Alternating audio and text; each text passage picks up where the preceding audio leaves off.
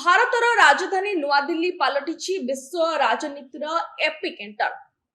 BRICS ବୈଦେଶିକ ମନ୍ତ୍ରୀ ମାନଙ୍କ ବୈଠକ ଚାଲିଥିବା ବେଳେ ଇରାନର ବୈଦେଶିକ ମନ୍ତ୍ରୀ ସୈୟଦ ଆବାସ ଆରାଗଚି ଏକ ବୟାନ ଏବେ ସାରା ବିଶ୍ୱର ହଇଚଇ ସୃଷ୍ଟି କରିଛି।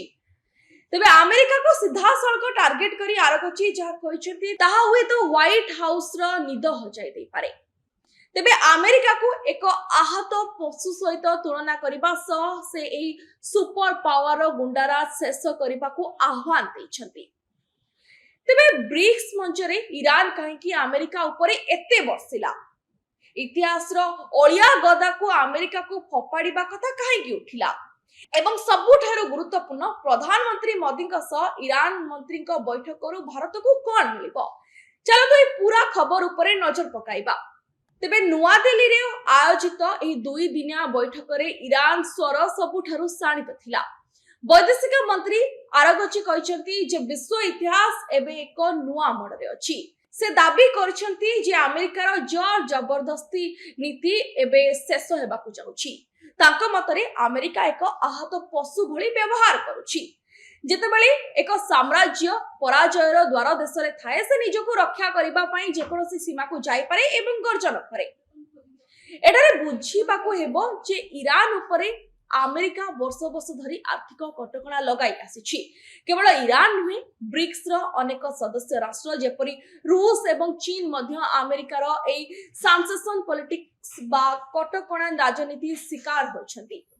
ସେଥିପାଇଁ ଆରାଗଚି ସମସ୍ତ ସଦସ୍ୟ ରାଷ୍ଟ୍ରଙ୍କୁ ଏକଜୁଟ ହୋଇ ଏହି ଗୁଣ୍ଡାରାଜ ବିରୋଧରେ ଛିଡା ହେବାକୁ ନିବେଦନ କରିଛନ୍ତି। ତେବେ 14 ଏବଂ 15 ମେରେ ଅନୁଷ୍ଠିତ ଏହି ବୈଠକର ଅଧ୍ୟକ୍ଷତା ଭାରତ କରୁଛି।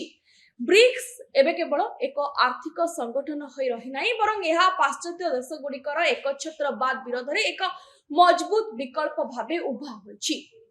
ବିଶେଷ କରି ମଧ୍ୟପ୍ରାଚ୍ୟରେ ଚାଲିଥିବା ଉତ୍ତେଜନା, ଇସ୍ରାଏଲ ହମାସ ଯୁଦ୍ଧ ହେଉ କିମ୍ବା ଲାଲ ସାଗର ବା ରେଡ୍ ସି ଅସ୍ଥିରତା, ଏହି ସବୁ ପ୍ରସଙ୍ଗରେ ବ୍ରିକ୍ସ ଦେଶଗୁଡ଼ିକର ମତଦାନ ବିଶ୍ୱ ପାଇଁ ଗୁରୁତ୍ୱପୂର୍ଣ୍ଣ। କାରଣ ଭାରତ ଏହି ବୈଠକ ଜରିଆରେ ଏକ ସନ୍ତୁଳନ ରକ୍ଷା କରିବାକୁ ଚେଷ୍ଟା କରୁଛି। ଗୋଟିଏ ପଟେ ଆମେରିକା ସହ ଭାରତ ବନ୍ଧୁତା ଗଭୀର, କିନ୍ତୁ ଅନ୍ୟପଟେ ଇରାନ ଏବଂ ରୁଷ ଭଳି ପୁରୁଣା ବନ୍ଧୁଙ୍କ ସହ ସମ୍ପର୍କ ଭାରତର ଗୁରୁତ୍ୱପୂର୍ଣ୍ଣ। ତେବେ ଆରାଗଚିଙ୍କ ବୟାନ ପରେ ଭାରତର ବୈଦେଶିକ ନୀତି ପାଇଁ ଏହା ଏକ ପରୀକ୍ଷା ଯେ ସେ କିପରି ଏହି ବିବାଦ ମଧ୍ୟରେ ନିଜର ସ୍ୱାର୍ଥ ରକ୍ଷା କରୁଛି। ତେବେ ବ୍ରିକ୍ସ ବୈଠକ ପରେ ସବୁଠାରୁ ବଡ଼ ଖବର ଥିଲା ପ୍ରଧାନମନ୍ତ୍ରୀ ନରେନ୍ଦ୍ର ମୋଦିଙ୍କ ସହ ଇରାନ ବୈଦେଶିକ ମନ୍ତ୍ରୀଙ୍କ ସ୍ୱତନ୍ତ୍ର ସାକ୍ଷାତକାର। ଇରାନ ଦୂତାବାସ ଏହାକୁ ଏକ ମାଇଲଖୁଣ୍ଟ ବୋଲି କହିଛି। କାହିଁକି ଏହି ବୈଠକ ରଣନୈତିକ ଭାବେ ଗୁରୁତ୍ୱପୂର୍ଣ୍ଣ, ଚାଲନ୍ତୁ ଜାଣିବା। ପ୍ରଥମ କାରଣ ହେଉଛି ଚାବାହାର ବନ୍ଦର। ଭାରତ ପାଇଁ ଆଫଗାନିସ୍ତାନ ଏବଂ ମଧ୍ୟ ଏସିଆକୁ ଯିବା ପାଇଁ ଏହା एकमात्र ରାସ୍ତା। ସମ୍ପ୍ରତି ଭାରତ ଏହି ବନ୍ଦରର ପରିଚାଳନା ପାଇଁ ଇରାନ ସହ 10 ବର୍ଷର ଚୁକ୍ତି କରିଛି। ଆମେରିକାର କଟକଣା ସତ୍ତ୍ୱେ ଭାରତ ଏହି ପ୍ରୋଜେକ୍ଟରେ ଆଗକୁ ବଢିଛି। ତେବେ ଦ୍ୱିତୀୟ କାରଣ ହେଉଛି ଶକ୍ତି ସୁରକ୍ଷା। ଇରାନରୁ ଶସ୍ତା ଶୈଳ ଆମଦାନୀ ପାଇଁ ଭାରତ ସବୁବେଳେ ଆଗ୍ରହୀ। ତୃତୀୟ ପ୍ରସଙ୍ଗ ହେଉଛି ଆଞ୍ଚଳିକ ସ୍ଥିରତା। ଆଫଗାନିସ୍ତାନରେ ତାଲିବାନ ଶାସନ ଏବଂ ସୀମା ପାର ଆତଙ୍କବାଦକୁ ରୋକିବା ପାଇଁ ଭାରତ ଓ ଇରାନର ସହଯୋଗ ଅତ୍ୟନ୍ତ ଜରୁରୀ। ଶେଷରେ ଏତିକି କୁହାଯାଇପାରେ ଯେ ନୂଆଦିଲ୍ଲୀରୁ ଇରାନ ଦେଇଥିବା ଏହି ବାର୍ତ୍ତା କେବଳ ଆମେରିକା ପାଇଁ ନୁହେଁ, ବରଂ ସାରା ବିଶ୍ୱ ପାଇଁ ଏକ ସଂକେତ। ତେବେ ବିଶ୍ୱ ଏବେ ଏକ ଧ୍ରୁବୀୟ ବା ୟୁନିପୋଲାର ନୁହେଁ, ବରଂ ବହୁ ଧ୍ରୁବୀୟ ମାନେ ମଲ୍ଟିପୋଲାର ହେବାକୁ ଯାଉଛି। ତେବେ ଭାରତ ନିଜର ଚତୁର କୂଟନୀତି ଜରିଆରେ ଉଭୟ ପଶ୍ଚିମ ଏବଂ ପୂର୍ବ ଦେଶଗୁଡ଼ିକ ମଧ୍ୟରେ ଏକ ସେତୁ ଭାରତ କାମ କରୁଛି। ତେବେ ଆମେ ଯଦି ଜାଣିବା କି କହିପାରିବା କି ଭାରତ ଏକ ସେତୁ ଭାବରେ କାମ କରୁଛି। ତେବେ ଇରାନ ମନ୍ତ୍ରୀଙ୍କ ଏହି କଡ଼ା ଆଭିମୁଖ୍ୟ ପରେ ଆମେରିକାର ପ୍ରତିକ୍ରିୟା କଣ ହେବ ତାହା ଦେଖିବାକୁ ବାକି ରହିଲା। ଏହି ଖବର ଉପରେ ଆମର ନଜର ରହିବ। ଅଧିକ ଅପଡେଟ୍ ଜାଣିବା ପାଇଁ ନ୍ୟୁଜ୍ ରୁମ୍ ସହ କନେକ୍ଟ ହୋଇ ରୁହନ୍ତୁ।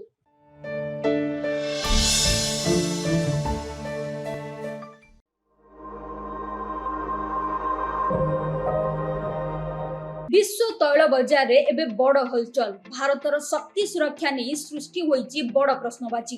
गोटे पटे आज सारा देश रे तैल दर वृद्धि पाइथिबा बेले पुणी भारत पई आसीची एक चिंतार खबर।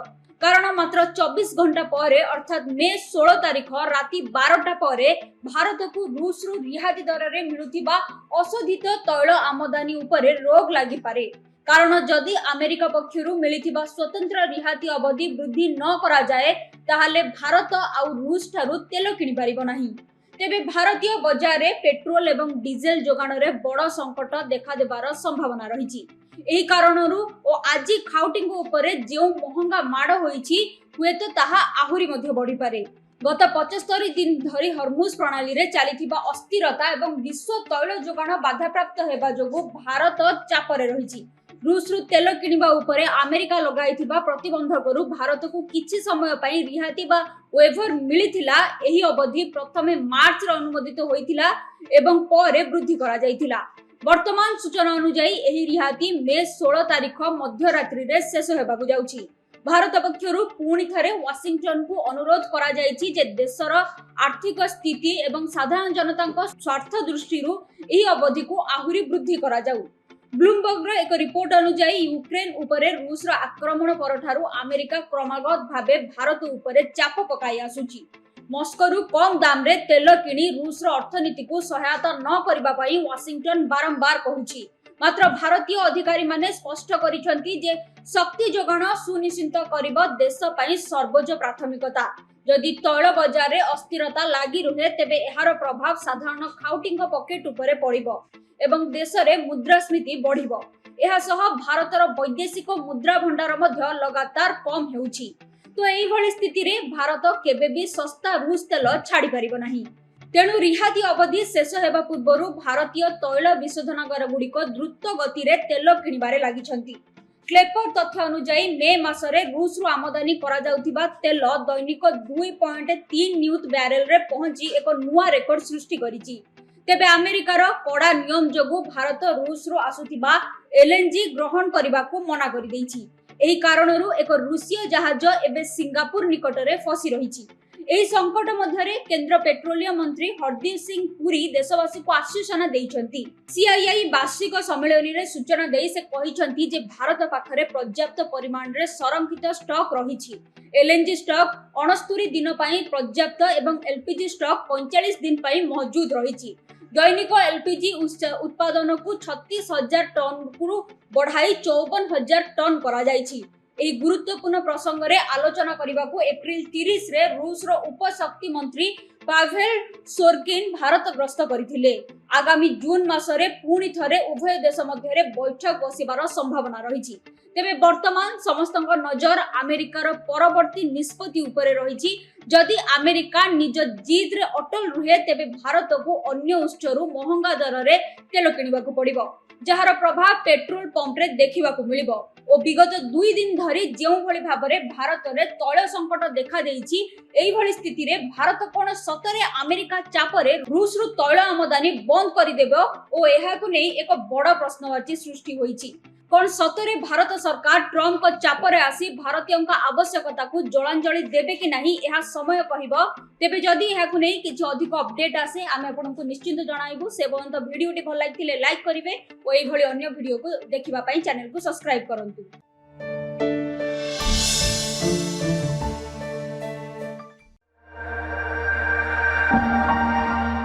नमस्कार न्यूज रूम को स्वागत करुछि मु अफिल आशुतोष। भारत वर्तमान ब्रिक्स सम्मेलन आयोजन करुछि।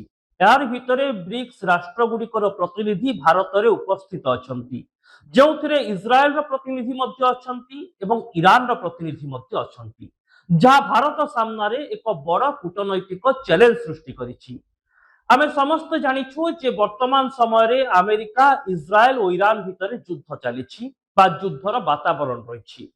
ठीक एतिकी बेले अमेरिका इज्राएल सहित ईरान रो संपर्क तिक्त रही कहले किछि भूल हेबो नाही।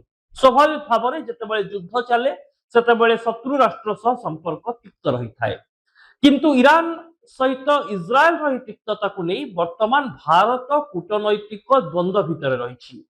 कहीं आमे समस्ते जानिछु भारतर भल संपर्क इज्राएल और अमेरिका सहित रही।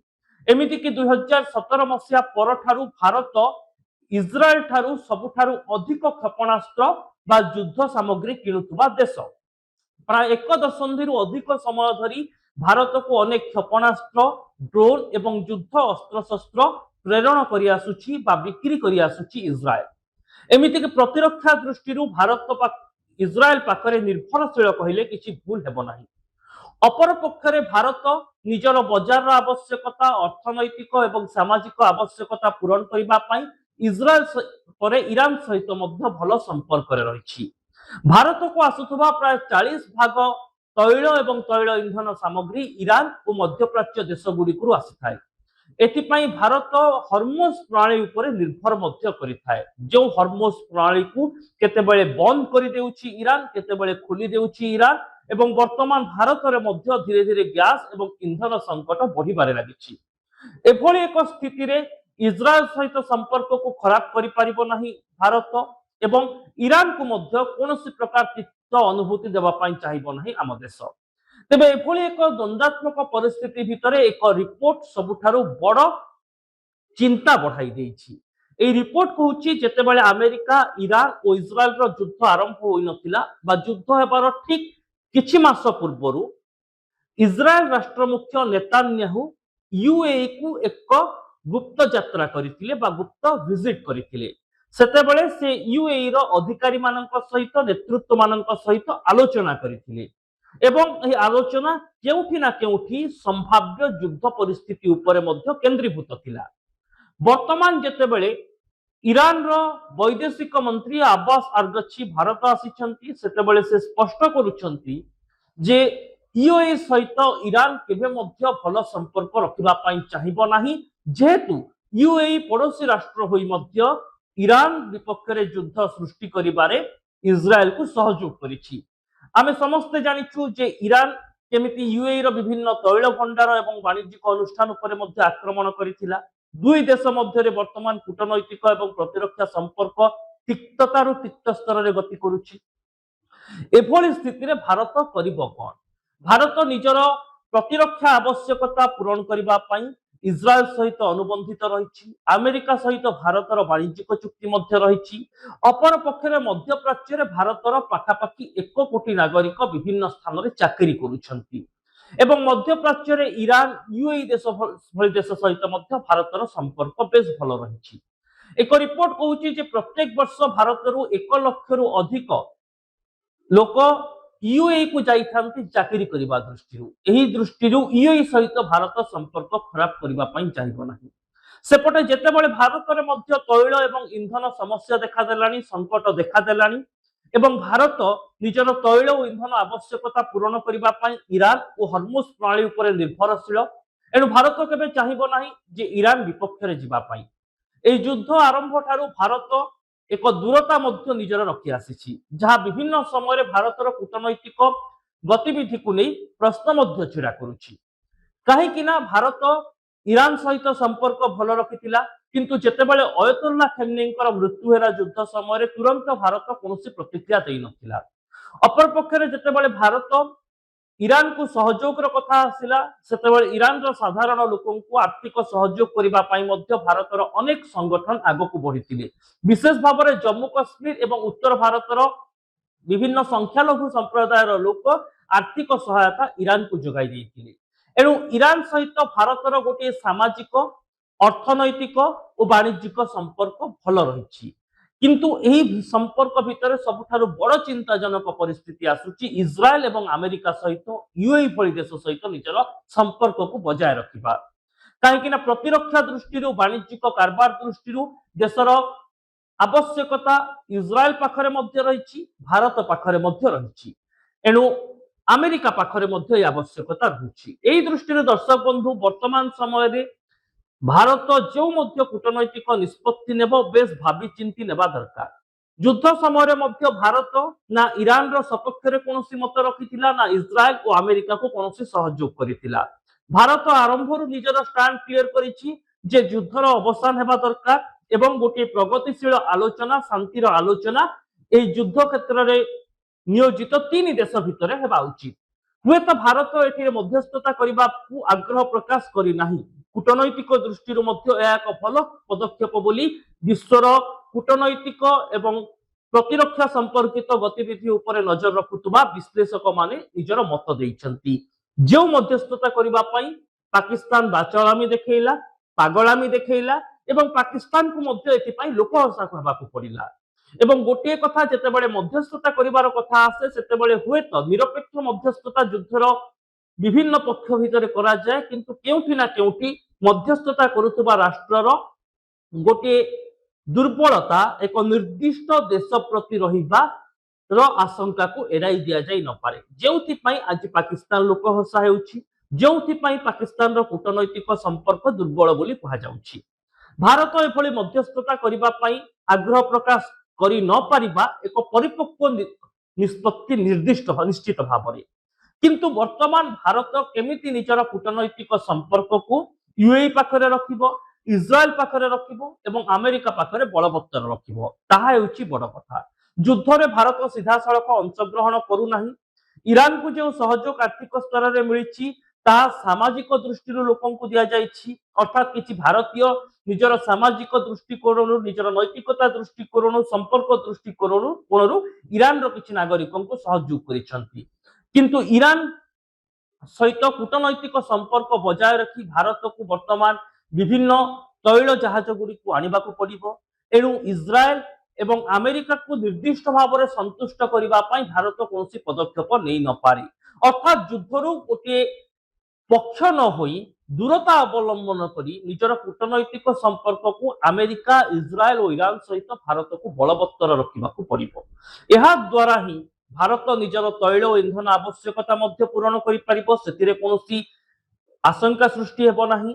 भारतर जो सामरिक आवश्यकता रही, क्षेपणास्त्र संपर्कित युद्ध अस्त्र शस्त्र संपर्कित आवश्यकता ताहा मध्य बजाय रहिबो एवं अमेरिका को मध्य भारत असंतुष्ट करबा पई चाहिबो नाही। ये हेउछि कूटनैतिक रणनीति। एवं जेतेबेले भारतीय मानकर गतिविधि कथा आसीबो सेतेबेले मध्य प्राच्य रे 1 कोटी भारतीय कार्य करूछंती।